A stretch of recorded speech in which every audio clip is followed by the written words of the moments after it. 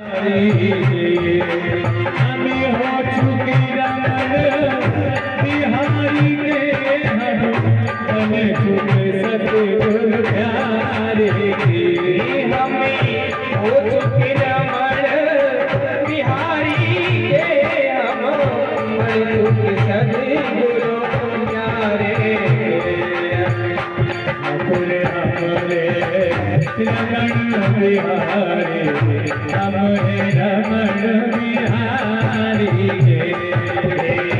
हमारे रमन बिहारी हम रमन बिहारी। हरे कृष्णा कृष्ण कृष्ण हरे हरे। हरे कृष्णा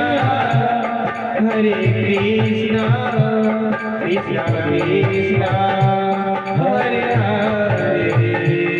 हरे राम राम हरे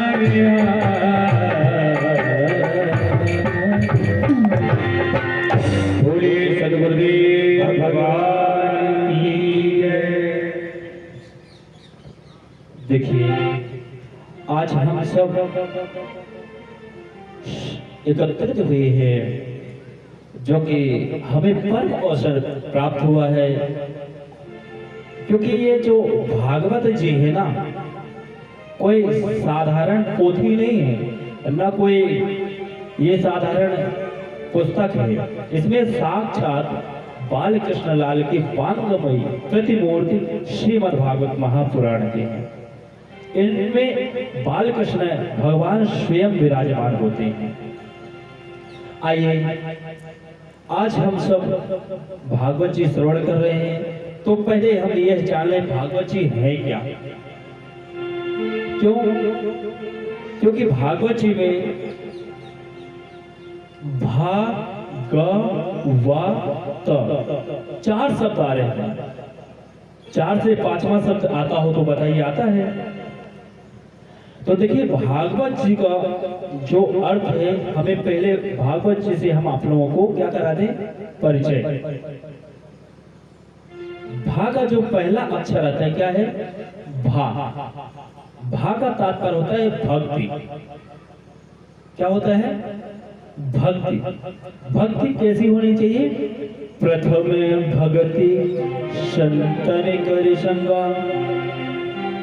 प्रथम भगति संतन कर संगा। प्रथम भगति संतन कर संगा। भूषण रति मन सखा पहली भक्ति क्या है? संतों की संगत।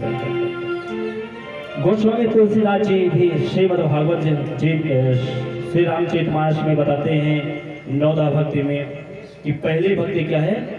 संतों का संग। संत कैसे होते हैं? जो संत बहुत अच्छे और बहुत निर्मल होते हैं, और जो संत होते हैं उनमें बहुत ज्यादा भक्ति होती है। और भक्ति कैसी होती है? भक्ति स्वतंत्र सकल सुख खानी। भक्ति स्वतंत्र सकल सुख खानी। बिनु सत्संग न पावहि प्राणी। श्री राम जय राम जय राम। मेरे मन बसिया सीताराम। देखिए प्रभु, भक्ति जो है ना, किसी के बस में नहीं है। जो संत है ना, हमेशा स्वतंत्र होते हैं। आपने संतों का संगत किया होगा, किए हैं।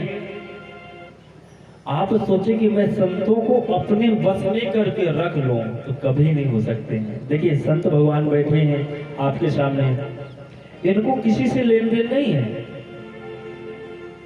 इनको किसी चीज से लेन देन नहीं है। महाराज जी से मैं प्रार्थना करूँ, महाराज जी मंच यहाँ पर शोभायमान करें। संत भगवान है तो इनको किसी चीज से ले देर नहीं है। क्यों? आ जाइए। अच्छा नहीं लगता, आ जाइए, आ जाइए, आ जाइए। देखिए जो संत है ना, स्वतंत्र होते किसी के पास के नहीं है। क्यों? क्योंकि इनको ना तो मोह से ममता है और ना तो इनको आपके धन से लालच है, ना तो आपके इनको किसी चीज से लालच है। इसलिए किसी के पक्ष में नहीं है, स्वतंत्र है। बिनु सत्संग न पावहि प्राणी। और जब तक आप संतों की संगत और संतों का साथ नहीं करेंगे तो आपको कभी भी आपको कहीं भी आपको मार्गदर्शन नहीं प्राप्त हो सकता। क्योंकि कहा गया है सत्संग में मुझे मंगल मूला, होई सिद्ध सब साधक फूला। संपूर्ण मंगल का मूल क्या है? सत्य है। वृक्ष में पहला मूल होता है और अंत में लक्ष्य क्या होता है? फल होता है। संगत गति ही मूल कहलाती है, इससे बड़ी गति कोई गति नहीं है। और फल लास्ट का अंतिम विचार कहलाता है, जिसका अंतिम साधन लक्ष्य और सत्य होता है। क्या? सत्य समागम करिए भाई। क्या करना चाहिए हमें? सत्य का साथ देना चाहिए हमेशा। सत्य समागम करिए भाई, यम बैठे सब मिल आई। बिना सत्य के हमें कोई कार्य नहीं है कि जो हम कर सके। है कोई? आप ही बताइए। क्या है कि आजकल हम कोई कार्य करते हैं तो कह देते हैं कि प्रभु की कृपा थी तो हमने ऐसा कार्य कर दिया। सत्य करेंगे, कोई एक धर्म का कार्य कर देंगे तो सारी जगत में गाने लग जाते हैं हमने ये धर्म का कार्य किया है। कहते हैं कि नहीं? पर ऐसा नहीं होना चाहिए। और कुछ गलती कह देते हैं तो क्या कहते हैं? वही हुई सो राम रुचि राखा।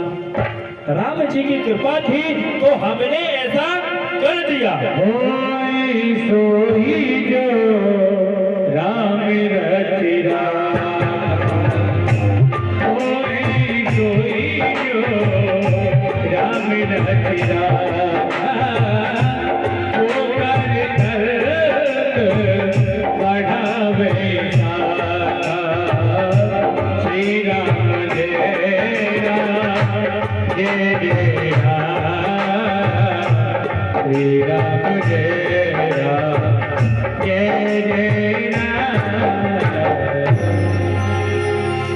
इसलिए अपने जीवन में कभी भी असत्य नहीं बोलना चाहिए। भैया थोड़ा माइक वैसे लग रहा है, थोड़ा सा बढ़िया बनाओ। हाँ, मजा ना।